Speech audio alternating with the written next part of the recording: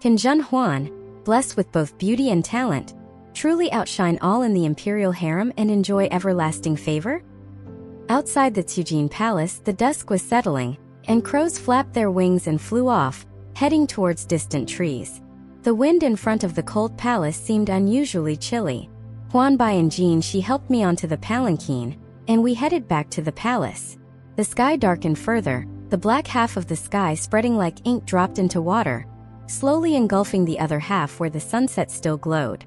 Along Yong Alley, lampposts stood on both sides, each over a person tall, with a stone base and a copper lantern atop, protected by copper wire. The lights, designed to withstand wind and rain, were always lit at night. As eunuchs were lighting them, pouring oil into the lanterns, they saw my palanquin approaching and silently knelt down in salute.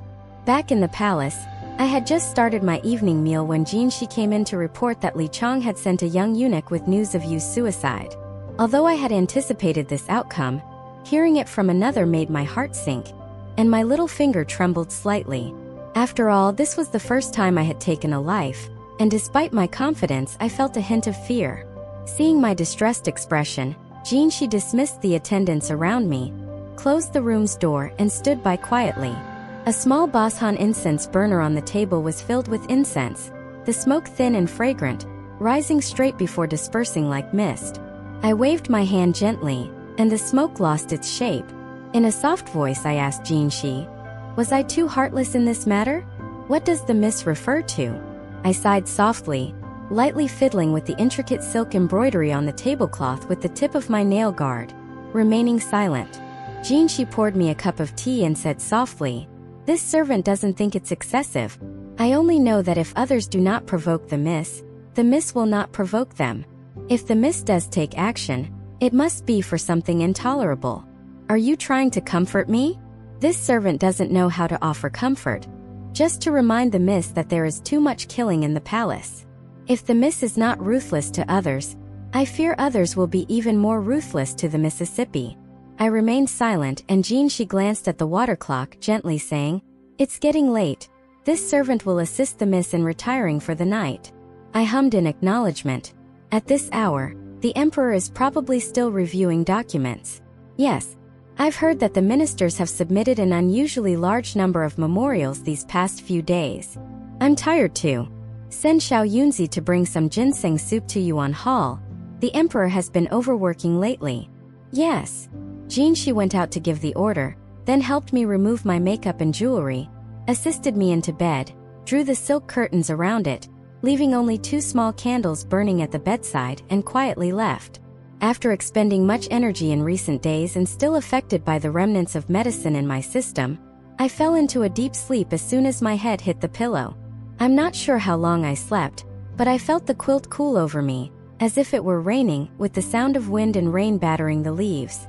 Someone seemed to be calling my name, Zhen Huan, a name I hadn't been called by in a long time. Feeling foreign and distant. In a daze I sat up. The window shutters banged, letting in cold air, and the flickering candles went out with a puff. I asked groggily, "Who's there?" A dark shadow swayed at the foot of my bed, vaguely resembling a woman with disheveled hair.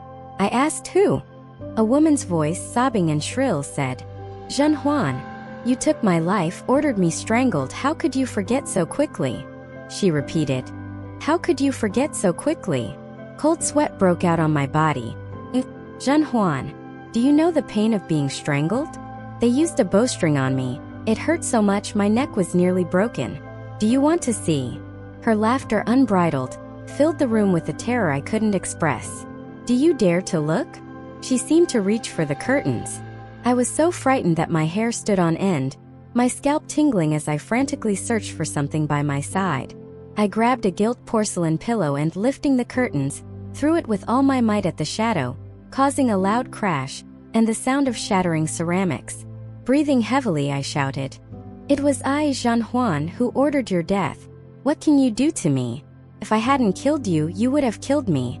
If you dare haunt me, I'll grind your bones to dust and scatter them, leaving not even a corpse behind." Silence followed. Soon the door opened and people rushed in, lighting candles and lifting the curtains, asking, Miss, what's wrong?"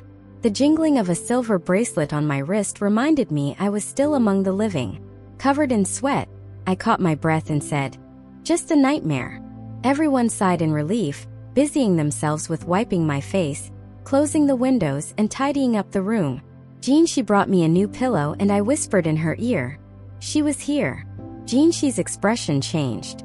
She replaced the incense in the Boson burner with a calming one and told the others, "The miss had a nightmare. I'll stay with her in the room. You may leave." After everyone left, Jean, she laid down a mattress by my bed and assured, "This servant will stay with the Mississippi. Please, miss, rest peacefully." The sound of the rain drizzled into my ears, and I was still unsettled, wanting to curl up even as I forced my body to stretch out, arms and legs extended, my body stiff. Jean, she's breathing was slightly rapid, not the even and calm rhythm of someone asleep. I whispered, Jean, she responded. "Is the miss still afraid?" "Yes. The talk of ghosts and spirits is just a fabrication of the people. The miss must not take it to heart." I extended my hand out from under the covers, and in the dim candlelight, the silver bracelet on my wrist cast a cold, dark light, like a slithering pale yellow snake. I said calmly, "Today's nightmare was indeed because my hands are newly stained with blood, leading me to dream of you's vengeful spirit. What truly frightens me is not these things. Ghosts and spirits are born from the human heart, and as long as I harbor no guilt, I will no longer be troubled by nightmares. What I fear is that although you has passed, this matter has not been fully resolved." "Do you suspect someone else was behind you?" Jean, she asked, sitting up. "Yes. Do you remember you's curse when we left the cold palace?" "Ido." Jean, she's tone grew heavier. She said someone would definitely help her kill me. "You've been in the palace for some years now. Think about it, you doesn't seem like a person capable of deep schemes. She was just a palace maid from the embroidery chamber. How could she know about medicine, how to dose my soup, how to arrange insiders in my palace, and where did she get the drugs from?" Jean, she's breathing grew heavier, and after a moment of silence she said, "The miss had already understood. We should have kept her alive for a thorough interrogation." I shook my head. "You hated me to the bone. She would never reveal who was plotting behind her. She would rather die than speak, and might even accuse us of framing others. On the contrary, with her death, the person behind her might become careless, giving us a lead." I sneered. "Let's use her death as part of a play." Jean, she softly said, "The miss already has a plan?" "Indeed." I gestured for her to come closer and whispered a few words in her ear. After listening, Jean, she smiled. "A brilliant plan from the Mississippi.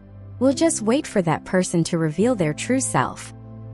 Follow us to avoid getting lost and enjoy endless exciting stories. For more content, please go to the Story Wall homepage to view more exciting novels.